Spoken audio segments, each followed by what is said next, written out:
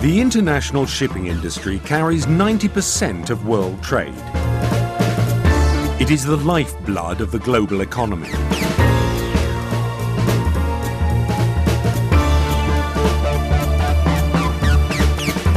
There are around 50,000 merchant ships trading internationally, transporting every kind of cargo. Without shipping, intercontinental trade, the bulk transport of raw materials, and the import and export of affordable food and manufactured goods would simply not be possible. Half the world would starve and the other half would freeze. Ships are technically sophisticated, high-value assets that can cost hundreds of millions of dollars to build. Their safe operation and reliability are crucial to the continuing health of the world economy. And as world trade grows, the international shipping industry has responded to the demand for its services. United Nations estimates show annual freight rates of more than $400 billion, which represents approximately 5% of the total global economy. It is the availability, low cost and efficiency of maritime transport that has in large part been responsible for recent dramatic improvements in global living standards.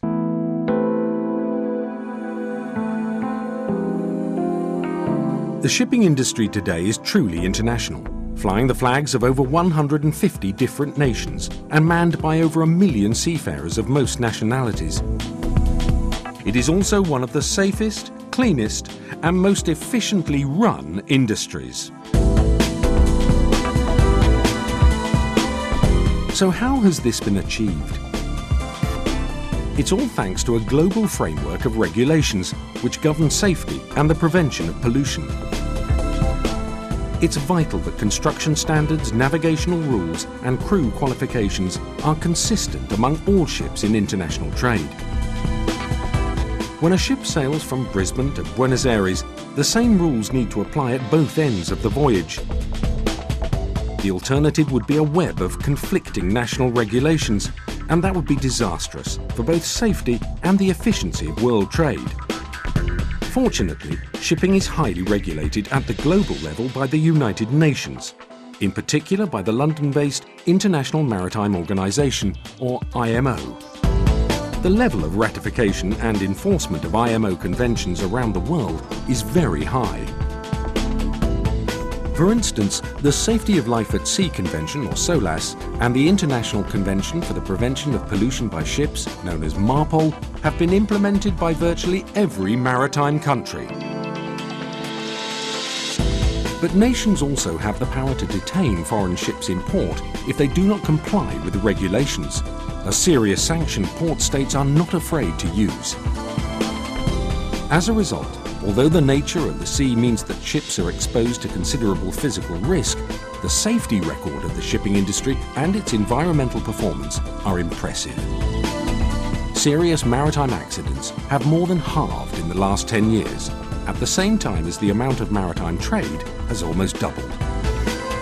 The quantity of oil spilled is now running at less than 10% of the level in the early 90s, and carbon dioxide emissions from cargo ships are a fraction of the equivalent figure for aircraft.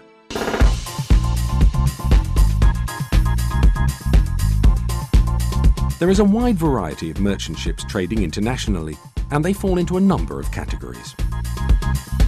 Container ships carry most of the world's manufactured goods and products, usually on scheduled liner services. The latest generation of container ships can each carry as much as 10,000 heavy trucks.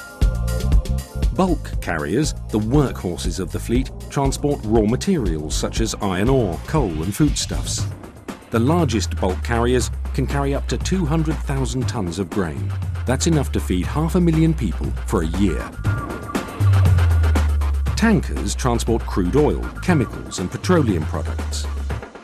The largest can carry over 300,000 tons of oil, enough to heat an entire city for a year.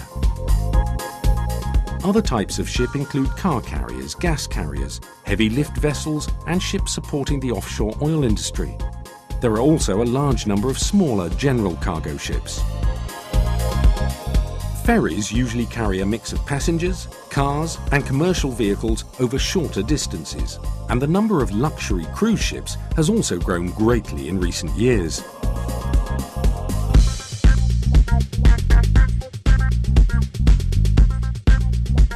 Continuous improvements in technology and efficiency have made the costs of moving goods by sea very competitive. Over the last 50 years, US retail prices have risen by almost 700%. During the same period, bulk shipping costs have increased by just 70%. That's why the typical cost at the pump to a consumer in the United States of transporting crude oil from the Middle East is only about ½ cent per litre. And the cost of transporting a ton of iron ore from Australia to Europe is only about $10. While shipping a can of beer costs about 1 cent. But over 2/3 of world shipping tonnage is associated with the energy and metal industries.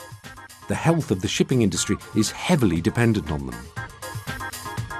Moreover, shipping markets are cyclical and notoriously volatile, and one of the main tasks of ship owners is to manage these huge financial risks.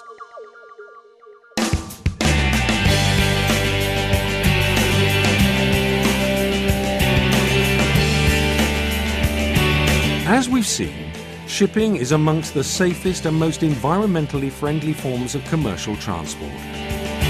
It was amongst the very first industries to adopt international safety standards, which have been widely implemented through the International Maritime Organization.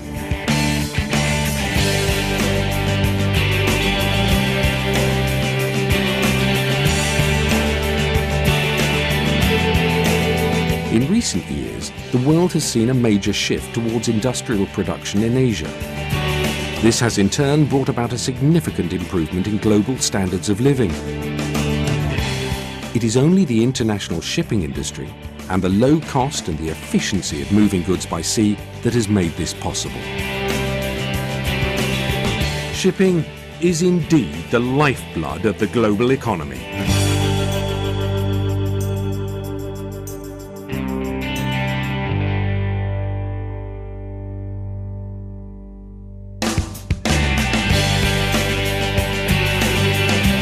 This short film has been made by the International Chamber of Shipping, which represents the global industry at bodies such as IMO.